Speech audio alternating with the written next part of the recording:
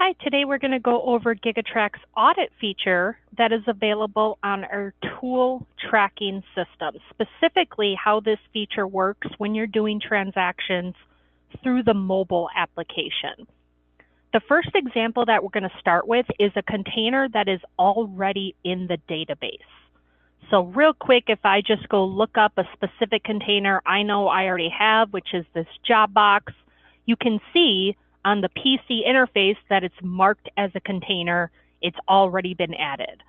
So this barcode is T125. It is currently a container in my database. When you're using the container feature, you have to first put items inside of the container. So essentially, you're stocking the container.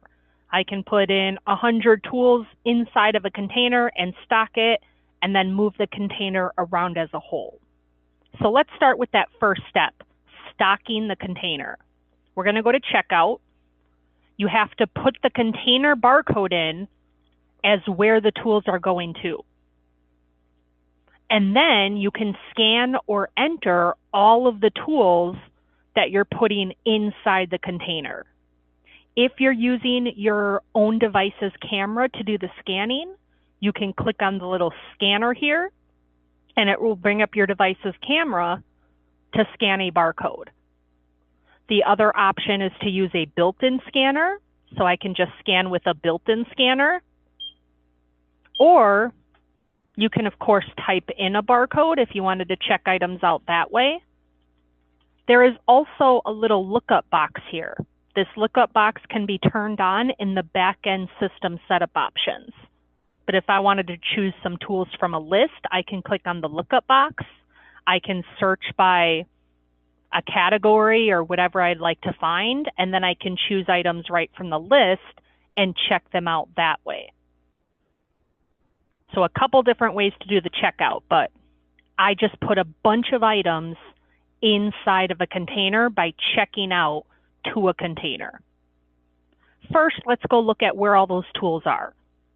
So back on the PC interface, if we look at our out to columns, some of them say job box. So let's sort that column. And all of these items, that's their current location, is inside that job box, which essentially is a container. Now that the job box is stocked, I can go move the job box around as a whole to either a person or a location. Let's try it with a person first.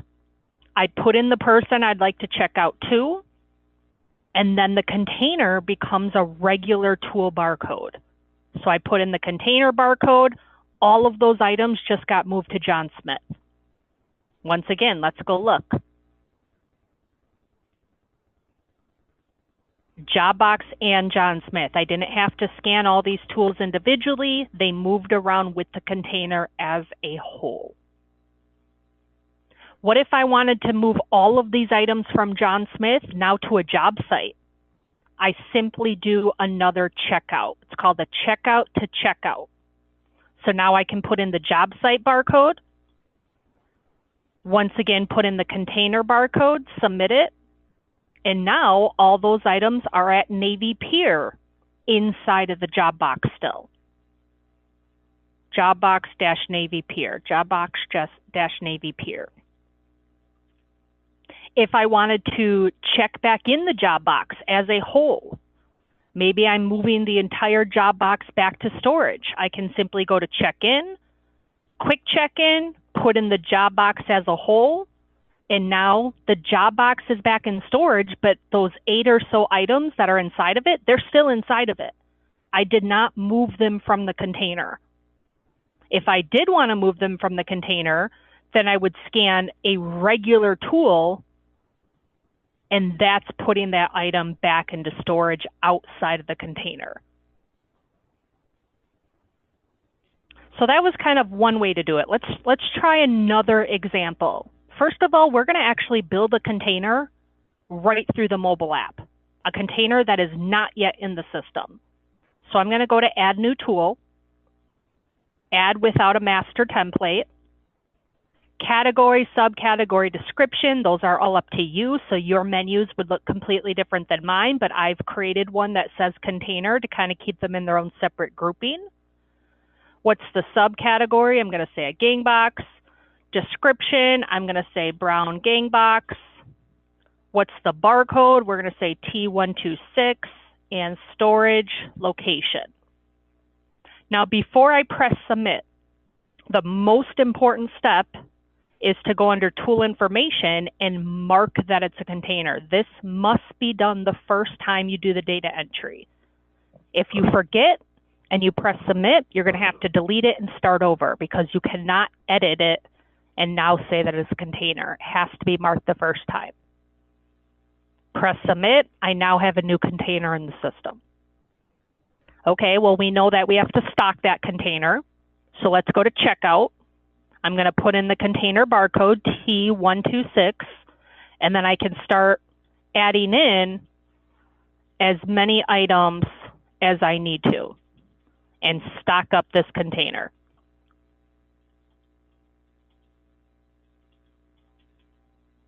Okay, we got a whole bunch of items inside T126. Now we can move the container as a whole to either a person or to a location. Let's move this one to a person. So we're going to put in a person's barcode, John Baker, and I'm going to put in 126. All those items are now checked out, moved around with the container. So once again, let's go back on the PC version and check out where they are. We have that first container that's in storage, but all those items are in the container in storage. And then we have the second one that we just created, T126. All of these items are in the brown gang box, but they're also checked out to John Baker. They're there as a whole. Now we're going to kind of do a different type of check-in. Maybe I want to move some items outside of the container, but not all of them. So I'm going to go check in by, which lets me choose which ones do I want to check back in? Which ones do I want to leave in the container? So we're going to go to check in by, put in the container barcode. I can either select all, which means I can move all 6 back to storage, or I can say don't select all, press continue, and choose which ones I want to move from checkout to check-in. So maybe I want to move the clamp meter. Maybe I want to move this laptop. Maybe I want to move this laptop. And as I click the little plus button, it goes to the second tab to say it's being checked back in. And maybe I only want to check back in these 3, press submit. The rest are going to stay inside the container. Last, to top this all off, we're going to do an audit. We're going to audit a container, which means I want to verify everything's in that container that should be in the container. So we're going to click on audit, audit tools. You put in the container barcode that you would like to audit. We're going to audit T125. And as soon as I put in that barcode, it will give me a list of everything that should be in the container according to the system. And that's kind of the key word there, should be. Does that mean these items are actually in the container? No, that's the whole point of the audit, is to verify that they are. So I always say ignore the list. Don't even look at it. Walk around and scan or enter every item that you actually put your hands on that you found within the audit location. So as I walk around, I start scanning all the items that I actually find, and they get removed off the audit list. They get reconciled. So I just walk around and go scan, scan, scan, scan, scan. Now I'm also going to scan something that was never on the list. T006 was never listed. But if I found it in the container during the audit, I scan it whether it's on the list or not. Maybe I found another item. I'm going to scan that one too. I'm done with my audit. I say, guys, are you sure we don't have this CT45 scanner? It's supposed to be in this container. And they're like, nope, sorry, boss, it's not here. Well, then it doesn't get scanned. It gets left on the audit list.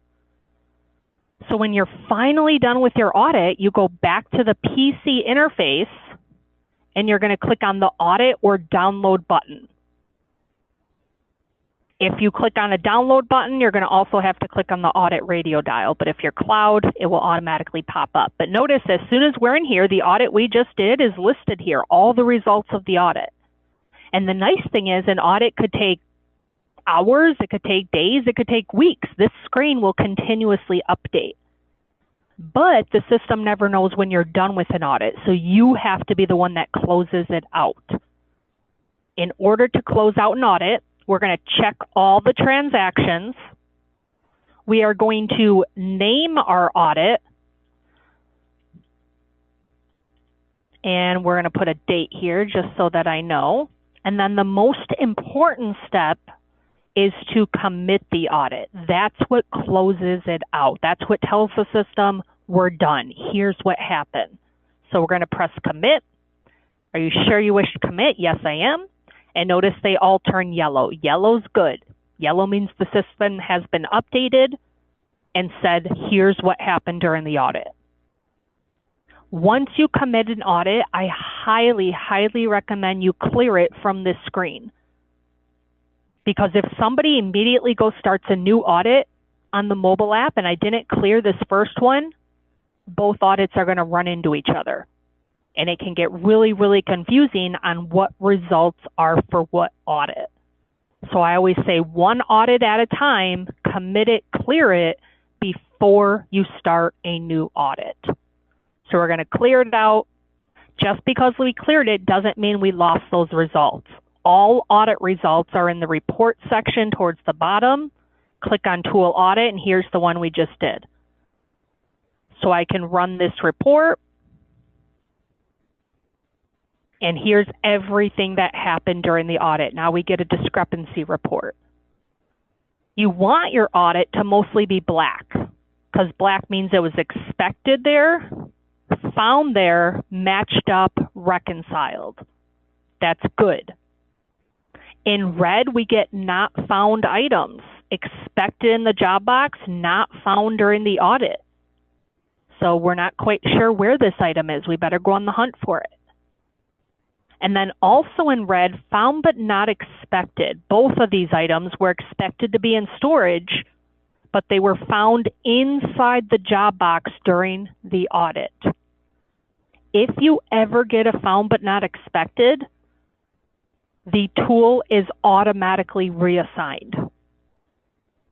The system moves it for you. You don't have to go check it out there. The system says, oh, you found it there, we're going to move it there automatically. If you have any more detailed questions about the container feature, auditing, checking containers in and out, please feel free to reach out to us. You can contact support@gigatrak.com or training@gigatrak.com. You can also give the general line a call at 262-657-5500. Thanks. Have a great day.